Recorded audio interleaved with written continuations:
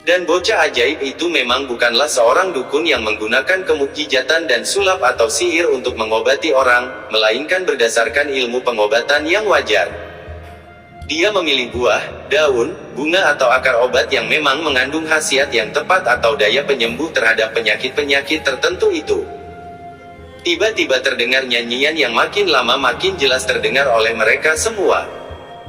Juga Sin Leong, bocah ajaib itu, berhenti sebentar mengumpulkan dan memilih obat yang akan dibagikan karena mendengar suara nyanyian yang aneh itu. Akan tetapi begitu kata-kata nyanyian itu dimengertinya, dia mengerutkan alisnya dan menggeleng-geleng kepala. Kalau hidup hanya untuk mengejar kesenangan, apapun juga tentu tidak akan dipantangnya untuk dilakukan demi mencapai kesenangan. Kata Sin Leong. Hahaha, benar sekali, Sin Tong. Untuk mencapai kesenangan harus berani melakukan apapun juga, termasuk membunuh para tamu-tamu yang tiada harganya ini. Terdengar jawaban dan tahu-tahu di situ telah berdiri Pat Jiu Kai Ong. Sebagai lanjutan kata-katanya, tongkatnya ditekankan kepada tanah di depan kaki lalu 5 kali ujung tongkat itu bergerak menerbangkan tanah dan kerikil ke depan. Tampak sinar hitam berkelebat menyambar 5 kali, disusul jerit-jerit kesakitan dan robohlah berturut-turut 5 orang dusun yang berada di depan Sin Leong. Mereka roboh dan berkelojotan, kemudian tewas seketika karena tanah dan kerikil itu masuk ke dalam kepala mereka. Hai, kepandaian seperti itu saja dipamerkan di depan Sin Tong. Lihat ini. Tiba-tiba terdengar suara ketawa merdu dan tahu-tahu di situ telah berdiri seorang wanita cantik yang bukan lain adalah Kiam Mo Kai Li. Dia menudingkan payung hitamnya yang tertutup itu ke arah para penghuni dusun yang berwajah pucat dan dengan mata terbelalak memandang 5 orang teman mereka yang telah tewas. Cuat. Dari ujung payung itu meluncur sinar-sinar hitam dan berturut-turut, 6 orang dusun yang masih hidup menjerit dan roboh tak bergerak lagi, leher mereka ditembusi jarum-jarum hitam yang meluncur keluar dari ujung payung itu. Sejenak Sin Leong terbelalak memandang kepada kedua orang itu yang berdiri di sebelah kanan dan kirinya. Kemudian dia memandang ke bawah, ke arah tubuh 11 orang dusun yang telah menjadi mayat. Mukanya menjadi merah, air matanya berderai dan dengan suara nyaring dia berkata sambil menudingkan telunjuknya bergantian kepada Pat Jiu Kai Ong dan Kiam Mo Kai, kalian ini manusia atau iblis? Kalian berdua amat kejam, perbuatan kalian amat terkutuk. Membunuh orang-orang tak berdosa seolah kalian pandai menghidupkan orang. Bocah itu memandang kepada 11 mayat dan sesenggukan menangis. Hai, Sin Tong yang baik, apakah kau takut kubunuh? Jangan khawatir, aku datang bukan untuk membunuhmu, kata Kiam Mo Kai Li. Ia agak kecewa melihat betapa bocah ajaib itu menangis dan membayangkannya ketakutan. Sin Leong mengangkat muka memandang wanita itu. Biarpun air matanya masih berderai turun, namun pandang matanya sama sekali tidak membayangkan ketakutan. Kau mau bunuh aku atau tidak, terserah. Aku tidak takut. Hahaha. Benar-benar hebat. Sin Tong, kalau kau tidak takut, kenapa menangis? Pat Jiu Kai Ong menegur. Apa kau menangisi kematian orang-orang yang tidak berharga itu? Kiam Mo Kai Li menyambung. Mereka sudah mati, mengapa ditangisi? Aku menangis menyaksikan kekejaman yang kalian lakukan. Aku menangis karena melihat kesesatan dan kekejaman kalian. 2 orang tokoh sesat itu terbelalak heran saling pandang. Kemudian mereka teringat kembali akan niat mereka terhadap anak ajaib ini, maka keduanya seperti dikomando saja lalu tertawa, dan keduanya dengan kecepatan kilat menyerbu ke depan hendak menubruk Sin Leong yang berdiri tegak dan memandang dengan sinar mata sedikit pun tidak membayangkan rasa takut. Karena gerakan mereka berbarengan, disertai rasa khawatir kalau keduluan oleh orang lain, maka melihat Pat Jiu Kai Ong sudah lebih dekat dengan Sin Tong, Kiam Mo Kai Li lalu merubah gerakannya. Ia tidak hendak menangkap Sin Tong karena dia kalah dulu, melainkan melakukan gerakan mendorong dengan kedua tangannya ke arah Pat Jiu Kai Ong. Pukulan jarak jauh yang dilakukan oleh wanita iblis ini dahsyat sekali, membuat Pat Jiu Kai Ong terkejut ketika ada angin panas menyambar, maka dia cepat menunda niatnya menangkap Sin Tong dan bergerak menangkis. Keduanya merasakan dahsyatnya tenaga lawan dan terpental ke belakang. Sejenak mereka saling berpandangan dan Pat Jiu Kai Ong yang lebih dulu dapat menguasai dirinya lalu tertawa. Hahaha. Lama tidak jumpa, Kiam Mo Kai Li menjadi makin gagah saja. Pat Jiu Kai Ong, selama ada aku di sini, jangan harap kau akan dapat merampas Sin Tong dari tanganku. Wanita itu berkata dan memandang tajam, siap menghadapi kakek yang dia tahu merupakan lawan yang tangguh itu. Aha, Kiam Mo Kai Li, sekali ini kau mengalahlah kepadaku. Aku membutuhkannya untuk menyempurnakan ilmuku. Hai Hik, ilmu Hiat Chiang Hoat Sut, bukan? Kau sudah cukup tangguh, Kai Ong, dan betapa mudahnya bagimu untuk mencari 100 orang anak lagi untuk kau hisap darah, otak dan sumsumnya. Jangan Sin Tong. Kau mau menang sendiri. Apa kau kira aku tidak tahu mengapa kau menghendaki Sin Tong? Dia masih terlalu muda, Kai Li, tentu tidak akan memuaskan hatimu. Apa sukarnya bagimu mencari orang-orang muda yang kuat dan menyenangkan? Cukup. Kita mempunyai keinginan sama, dan jalan satu-satunya adalah untuk memperebutkannya dengan kepandaian. Hahaha, bagus sekali. Memang aku ingin mencoba kepandaian wanita pandai dari Rawa Bangkai. Lioxi, si wanita pandai berpayung pedang dari Rawa Bangkai sudah tak dapat menahan kemarahannya melihat ada orang berani merintanginya. Maka sambil berteriak keras dia sudah menerjang maju dengan senjatanya yang istimewa, yaitu payung hitam yang tangkainya sebatang pedang runcing itu. Trap! Pat Jiu Kai Ong sudah menggerakkan tongkatnya menangkis. Gempuran dua tenaga raksasa membuat keduanya terpental lagi ke belakang. Pat Jiu Kai Ong cepat meloncat ke depan, tongkatnya berubah menjadi segulungan sinar hitam yang menyambar ganas. Trap! Trap! Dua kali senjata payung dan tongkat bertemu di udara dan keduanya terhuyung ke belakang. Diam-diam mereka berdua terkejut sekali dan maklum bahwa dalam hal tenaga sakti, kekuatan mereka berimbang. Sebelum mereka melanjutkan pertandingan, tiba-tiba mereka melangkah mundur dan memandang tajam karena berturut-turut di tempat itu telah muncul 5 orang kakek yang melihat cara munculnya dapat diduga tentu memiliki kepandaian tinggi. Mereka muncul seperti setan-setan, tidak dapat didengar atau dilihat lebih dahulu. Tahu-tahu sudah berdiri di situ sambil memandang ke arah Pat Jiu Kai Ong dan Kiam Mo Kai Li dengan bermacam sikap. Dua orang datuk kaum sesat atau golongan hitam ini melihat dengan penuh perhatian, dan seketika mereka terkejut sekali. Biarpun di antara 5 orang itu ada yang belum pernah mereka jumpai, namun melihat ciri-ciri mereka, kedua orang datuk golongan hitam ini dapat mengenal mereka yang kesemuanya adalah orang-orang aneh di dunia Kang Ou yang masing-masing telah memiliki nama besar sebagai orang-orang sakti. Sementara itu, Sin Liong menjadi makin berduka ketika melihat dua orang kakek dan nenek tadi bertanding memperebutkan dirinya. Tak disangkanya bahwa di tempat yang penuh damai ini, di mana dia selama hampir 3 tahun tinggal penuh ketenteraman dan kedamaian, yang membuat dia hampir melupakan kekejaman-kekejaman manusia ketika terjadi pembunuhan ayah bundanya, kini dia menyaksikan kekejaman yang lebih hebat lagi. 11 orang dusun yang sama sekali tidak berdosa dibunuh begitu saja oleh 2 orang itu. Maka dia lalu duduk di atas batu, bersila dan tak bergerak seperti arca. Hatinya dilanda duka, dan dia memandang dengan sikap tidak mengacuhkan. Bahkan ketika muncul 5 orang aneh itu, dia pun tidak membuat reaksi apa-apa kecuali memandang dengan penuh perhatian namun dengan sikap sama sekali tidak mengacuhkan. Orang pertama adalah seorang kakek berusia 60 tahun, bertubuh tinggi besar dengan muka merah seperti tokoh Kuan Kong dalam cerita Samko, kelihatan gagah sekali. Di punggungnya tampak 2 batang pedang menyilang, matanya lebar, alisnya tebal dan suaranya nyaring ketika dia tertawa. Hahaha, kiranya bukan hanya orang gagah saja yang tertarik kepada Sin Tong, juga iblis-iblis berdatangan sungguh pun tentu mempunyai niat lain. Dengan ucapan yang jelas ditujukan kepada Kiam Mokay Lee dan Pat Jiu Keong ini, dia memandang dua orang itu dengan terang-terangan.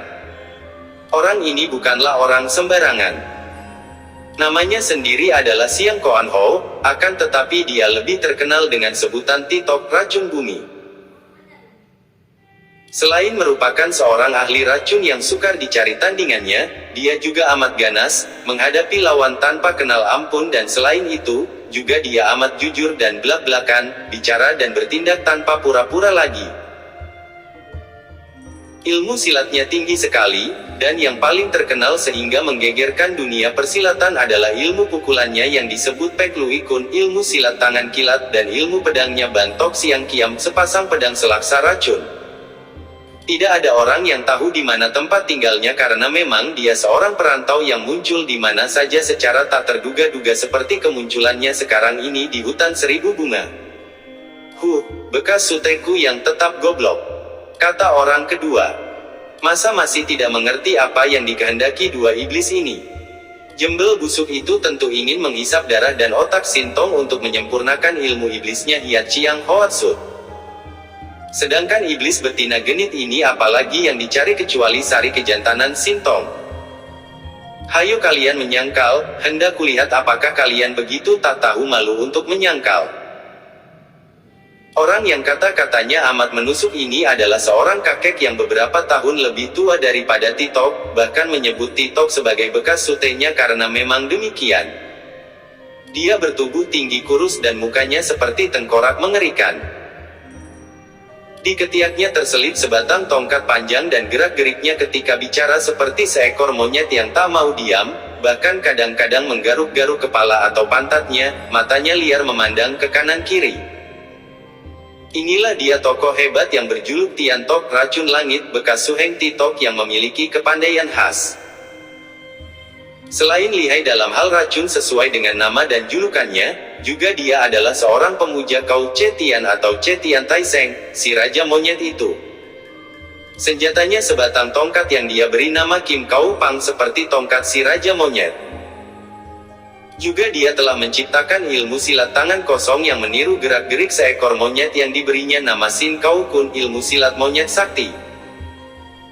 Seperti juga Titok, dia tidak mempunyai tempat tinggal yang tetap, dan tidak ada yang tahu lagi nama aslinya, yaitu Bong Sek Bin. Setelah ada aku di sini, jangan harap segala macam iblis dapat berbuat sesuka hati sendiri, kata orang ketiga. Suaranya kasar dan keras, pandang matanya seperti ujung pedang menusuk. Orang ini bernama Chiang Ham, julukannya Tian He Teit, sedunia nomor 1. Usianya kurang lebih 50 tahun, dan dia adalah ketua dari perkumpulan Kang Jiu Pang, perkumpulan lengan baja, yang didirikannya di Sichuan. Di tangan kirinya tampak sebatang senjata tombak gagang panjang, dan selain terkenal sebagai seorang ahli bermain tombak, dia pun terkenal memiliki lengan sekuat baja. Pakaiannya ringkas seperti biasa dipakai oleh seorang ahli silat dan setiap gerak-geriknya menunjukkan bahwa dia telah mempunyai kepandaian silat yang sudah mendarah daging di tubuhnya. Orang keempat adalah seorang berpakaian sastrawan, sikapnya halus, usianya 50 tahun tapi masih tampak tampan. Tubuhnya sedang dan dia sudah menjura ke arah kedua orang datuk golongan hitam itu. Di pinggangnya terselip sebatang maupit, alat tulis pena panjang. Kami berlima dengan tujuan yang sama datang ke tempat ini, tidak sangka bertemu dengan dua orang tokoh terkenal seperti Jiwi Anda berdua, Pat Jiu Keong dan Kiam Mokay Lee, terutama sekali kepada Kai Lee, terimalah hormatku. Pat Jiu Keong sudah segera dapat mengenal siapa orang ini, akan tetapi Kiam Mokay Lee tidak mengenalnya. Hati wanita ini yang tadinya panas mendengar kata-kata menentang dari tiga orang pertama, merasa seperti dielus-elus oleh sikap dan kata-kata orang berpakaian sastrawan yang tampan ini. Maka dia pun membalas penghormatannya dan dengan lirikan mata memikat dan senyum simpul manis sekali dia bertanya. Harap maafkan kami, tetapi siapakah saudara yang manis budi dan yang tentu memiliki ilmu kepandaian Bun dan Bu, sastra dan silat, yang tinggi ini? Laki-laki itu tersenyum dan menjawab halus, "Saya yang rendah dinamakan orang Jin Xiao Xiucai, pelajar bersuling perak seorang yang suka bersunyi di Bengsan." Kiam Mokai Li kembali menjura. Sambil tersenyum dia berkata, sudah lama sekali saya telah mendengar nama besar Jin Xiao Xiucai sebagai seorang ahli silat tinggi, terutama sekali sebagai seorang peniup suling yang mahir. Sudah lama pula saya mendengar akan keindahan tamasya alam di Bengsan. Mudah-mudahan saja saya akan berumur panjang untuk mengunjungi Bengsan yang indah, menjadi tamu Jin Xiao Xiucai yang ramah dan sopan, tidak seperti kebanyakan pria yang kasar tak tahu sopan santun. Ucapan terakhir ini jelas ditujukannya kepada 3 orang tokoh pertama yang kasar-kasar tadi. Orang kelima dari rombongan itu adalah seorang Tosu berusia 60 tahun lebih. Tubuhnya tinggi kurus dan mukanya pucat, tangan kiri memegang sebuah hut tim kebutan pendeta, dan tangan kanan memegang sebuah kipas yang tiada hentinya digoyang-goyang mengipasi lehernya seolah-olah dia kepanasan, padahal hawa di hutan 1000 bunga itu sejuk.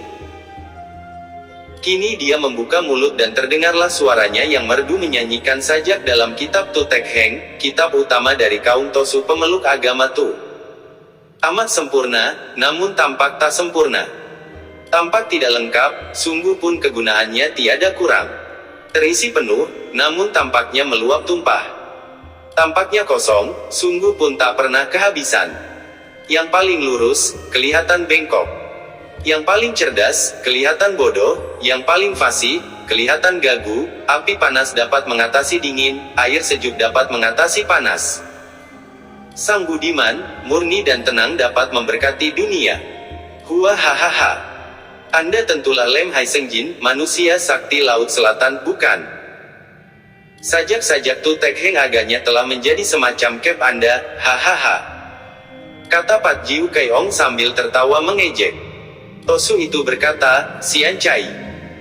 Pat Jiu Kaiong bermata tajam, dapat mengenal seorang Tosu miskin dan bodoh. Jangan merendah, Totiang, kata Kiam Mokai Li, siapa orangnya yang tidak tahu bahwa biarpun Anda seorang yang berpakaian Tosu dan kelihatan miskin, namun memiliki sebuah istana dan menjadi majikan dari Pulau Kura-Kura. Ini namanya menggunakan pakaian butut untuk menutupi pakaian indah di sebelah dalamnya. Sian Cai. Ujian kosong. Tosu itu berkata dan mukanya menjadi merah. Titok Siang Koan Hou mengeluarkan suara menggereng tidak sabar. Apa-apaan semua kepura-puraan yang menjemukan ini? Pat Jiu Kaiong dan Kiam Mokai Li, ketika kami berlima datang tadi, kami melihat kalian sedang memperebutkan Sintong dan tentu 11 orang dusun ini kalian berdua yang membunuhnya. Titok, urusan itu adalah urusan kami sendiri. Perlu apa kau mencampuri? Pat Jiu Kaiong menjawab dengan senyum dan suara halus seperti kebiasaannya, namun jelas bahwa dia merasa tak senang. Bukan urusanku, memang. Akan tetapi ketahuilah, kami berlima mempunyai maksud yang sama, yaitu masing-masing menghendaki agar Sintong menjadi muridnya. Biarpun kami saling bertentangan dan berebutan, namun kami memperebutkan Sintong untuk menjadi murid kami atau seorang di antara kami. Sedangkan kalian berdua mempunyai niat buruk. Kata pula Titok yang terkenal sebagai orang yang tidak pernah menyimpan perasaan dan mengeluarkannya semua tanpa tedeng aling-aling lagi melalui suaranya yang nyaring. Titok, jangan sombong kau. Mengenai kepentingan masing-masing memperebutkan Sintong, adalah urusan pribadi yang tak perlu diketahui orang lain. Yang jelas, kita bertuju masing-masing hendak memiliki Sintong untuk kepentingan pribadi masing-masing tentu saja. Sekarang bagaimana baiknya? Apakah kalian ini 5 orang yang mengaku sebagai tokoh-tokoh sakti dan gagah dari dunia Kang Ou hendak mengandalkan banyak orang mengeroyok kami berdua? Aku, Kiam Mokai Li sama sekali tidak takut biarpun aku seorang kalian keroyok berlima, akan tetapi betapa curang dan hinanya perbuatan itu. Terutama sekali Jin Xiao Xiucai, tentu tidak begitu rendah untuk melakukan pengeroyokan. Kata Kiam Mokai Li yang cerdik. Perempuan sombong kau, Kiam Mokai Li. Titok membentak marah dan melangkah maju. Siapa sudi mengeroyokmu? Aku sendiri pun cukup untuk mengenyahkan seorang iblis betina seperti engkau dari muka bumi. Titok, buktikan omonganmu. Kiam Mokai Li membentak dan dia pun melangkah maju. Nanti dulu. Apa hanya kalian berdua saja yang menghendaki Sintong? Kami pun tidak mau ketinggalan. Kata Pat Jiu Kai Ong mencela. Benar sekali. Perebutan ini tidak boleh dimonopoli oleh dua orang saja. Aku pun tidak takut menghadapi siapapun untuk memperoleh Sintong. Tian Tete Chiang Ham membentak sambil menggoyang tombak panjangnya melintang di depan dada. Xian Cai. Xian Cai. Lem Hai Sengjin melangkah maju, menggoyang kebutannya. Harap Cui Anda sekalian suka bersabar dan tidak turun tangan secara kacau saling serang. Semua harus diatur seadilnya dan sebaiknya. Kita bukanlah sekumpulan bocah yang biasanya hanya saling baku hantam memperebutkan sesuatu. Sudah jelas bahwa kita bertujuan sama, yaitu ingin memperoleh Sintong. Akan tetapi kita lupa bahwa hal ini sepenuhnya terserah kepada pemilihan Sintong sendiri. Maka marilah kita berjanji. Kita bertanya kepada Sintong, kepada siapa ia hendak ikut dan kalau dia sudah menjatuhkan pilihannya, tidak seorang pun boleh melarang atau mencampuri. Bagaimana? Tidak buruk keputusan itu. Aku setuju. Kata Titok. Aku pun setuju. Kata Tiantok dan yang lain pun tidak mempunyai alasan untuk tidak menyetujui keputusan yang memang adil ini. Kemudian Tiantok melanjutkan dengan kata-kata yang sengaja dibikin keras agar terdengar oleh Sintong. Tentu saja semuanya harus jujur dan tidak membohongi Sintong akan maksud hati sebenarnya. Misalnya yang mau mengambil murid, yang hendak menghisap darahnya atau hendak memperkosa dan menghisap sari kejantanannya juga harus berterus terang. Tentu saja dua orang tokoh golongan hitam itu mendongkol sekali dan ingin menyerang Tiantok yang licik itu. Isi hati orang siapa yang tahu. Boleh saja kau bilang hendak mengambil murid, akan tetapi siapa tahu kalau kau menghendaki nyawanya. Kiam Mokai Li mengejek Tiantok. Kau, majulah, rasakan Kim Kau Pang pusakaku ini. Boleh. Siapa takut? Wanita itu balas membentak. Xian Cai. Lem Hai Sengjin mencela dan melangkah maju. Apakah kalian benar-benar hendak menjadi kanak-kanak? Katanya tadi sudah setuju, nah marilah kita mendengar sendiri siapa yang menjadi pilihan Sintong. 7 orang itu lalu menghampiri Sintong yang masih duduk bersila seperti sebuah arca. Hatinya penuh kengerian menyaksikan tingkah laku 7 orang itu. Sintong yang baik, lihatlah, aku satu-satunya wanita di antara kami bertujuh. Lihatlah aku, seorang wanita yang hidup kesepian dan merana karena tidak mempunyai anak. Aku mendengar bahwa engkau pun sebatang kara, tidak mempunyai ayah bunda lagi. Marilah anakku, marilah ikut dengan aku, maka aku akan menjadi pengganti ibumu yang mencintaimu dengan seluruh jiwaku. Mari hidup sebagai seorang pangeran di istanaku, di rawa bangkai, dan engkau akan menjadi seorang terhormat dan mulia. Marilah Sintong, anakku. Sin Liong mengangkat muka memandang sejenak wajah wanita itu, kemudian dia menunduk dan tidak menjawab, juga tidak bergerak.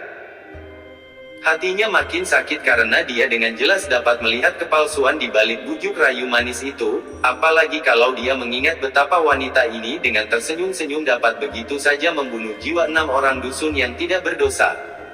Dia merasa ngeri tidak dapat menjawab.